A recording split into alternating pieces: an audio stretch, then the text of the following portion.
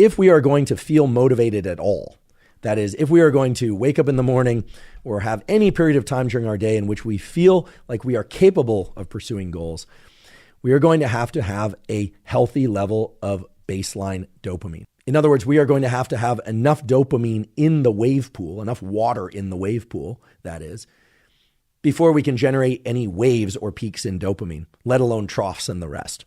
So how do we achieve a healthy baseline level of dopamine? Well, there we can really look to some foundational practices that perhaps you've heard about on this podcast before, and that to some of you might seem a little mundane, although some of them are a bit more sophisticated, maybe even esoteric. The good news is that we can all control these things, and they don't require purchasing anything, but they do require some degree of regular upkeep and effort.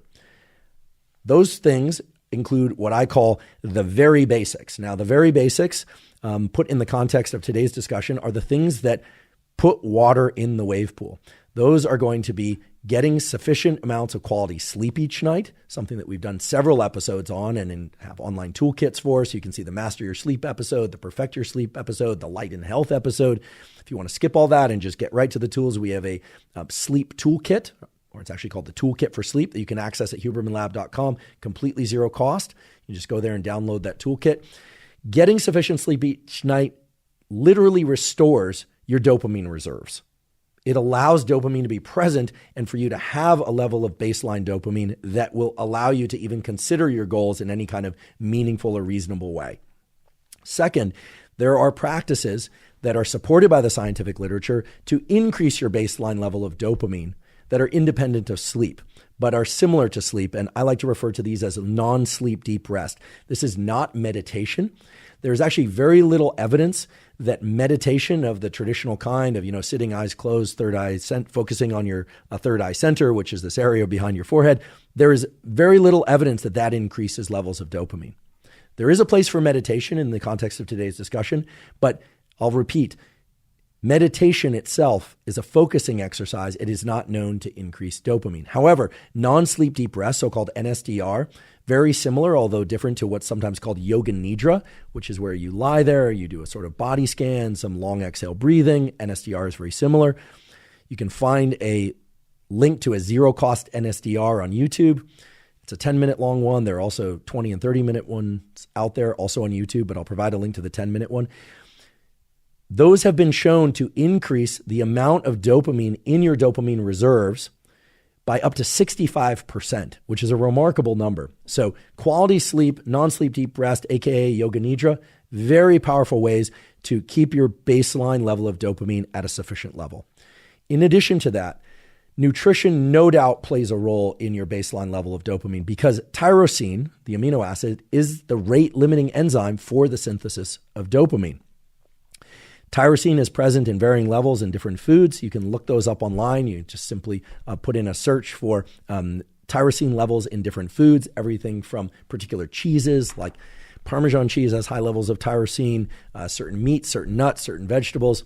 Without getting into details and specifics, you can find those there. But you need proper nutrition and therefore nutrients, in particular tyrosine, in order to have sufficient levels of baseline dopamine. The third thing on the list, and again, these are things that we come back to almost every episode, but I don't think they can be repeated enough because these are really things that we need to focus on every 24 hours. You might be able to skip a day here or there if you get sick or you're traveling or you have some major life event, but really every 24 hours we need to re-up our sleep. We need to re-up our nutrients. Even if you're fasting, you're re-upping your nutrients from stored sources within your body. The third thing is sunlight, morning sunlight in particular. I've done extensive episodes about this. Check out the episode on lighting your health if you want all the details, but you want to try and view sunlight as early in the day as possible. 5 to 10 minutes on a clear day, minimum. 10 to 20 minutes on a cloudy day, minimum. 20 or 30 minutes on a very overcast day, minimum. Without sunglasses, don't stare at the sun. Please don't damage your eyes. Look slightly off from the sun, but yes, you want to face eastward towards the sun. And on those cloudy days, that's especially important to do. Why? Well, viewing morning sunlight increases cortisol early in the day, which is excellent because you want cortisol elevated early in the day and you want it lower later in the day. And because of the relationship between the cells in your eye that sense sunlight, specifically morning sunlight, believe it or not, that happens, and signal to your hypothalamus, and the relationship between the hypothalamus and the pituitary and other endocrine organs, it sets in motion a dopamine-related cascade in neuromodulators, dopamine, and hormones that lead to states of well-being, elevated mood, alertness, etc. throughout the day. It also helps your sleep at night, but today we're talking about dopamine. So yes, believe it or not, that morning sunlight exposure does increase your levels of dopamine, not just cortisol. And fourth on the list is going to be movement, exercise of varying kinds. It could be resistance training, it could be cardiovascular training. That does increase levels of dopamine. Here we're not talking about achieving peaks in dopamine. Right? That could be accomplished through setting a personal record, a PR, or through sprints or heavy lifts, or learning some new dynamic movement. What we're really talking about here is getting into a regular exercise program of, if not every day, at least 5 days a week, a mixture of cardiovascular and resistance exercise. That we also know is known to elevate and maintain an elevated level of baseline dopamine. So it's not just about the euphoria you feel during or after exercise. It's also about the baseline level of dopamine that's achieved through regular movement and engaging in movement. And if you're asking how could that be, well, you already know the answer. The circuits in the brain and body that generate movement, not just goal seeking, but movement itself, as I mentioned earlier, that nigrostriatal pathway.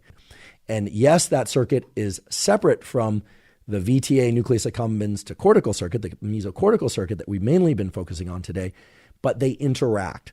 And so by engaging in regular movement, you ensure that you're maintaining elevated levels of baseline dopamine, which is what you want if you're going to be able to engage in any kind of motivated pursuit behavior of any kind. So those are the fundamentals that will set the level of baseline dopamine in your system. A couple of key points. Yes, there is variation based on both genetics and circumstance in baseline levels of dopamine. If someone's going through a particular hard time, or if somebody inherited a gene in the dopamine synthesis pathway that simply affords them higher levels of baseline dopamine, we likely know these people. They seem hyper-motivated all the time, not just based on prior success, but they just seem to have a lot of energy and a lot of go drive. You know, you talk about activation energy. Some of you may know what that term means. Others of you won't.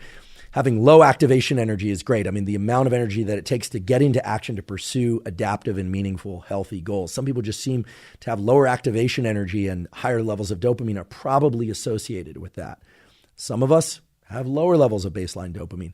Regardless, everyone needs to engage in the foundational things that I just mentioned a few moments ago every 24 hours, or at least strive to. There is no escaping that.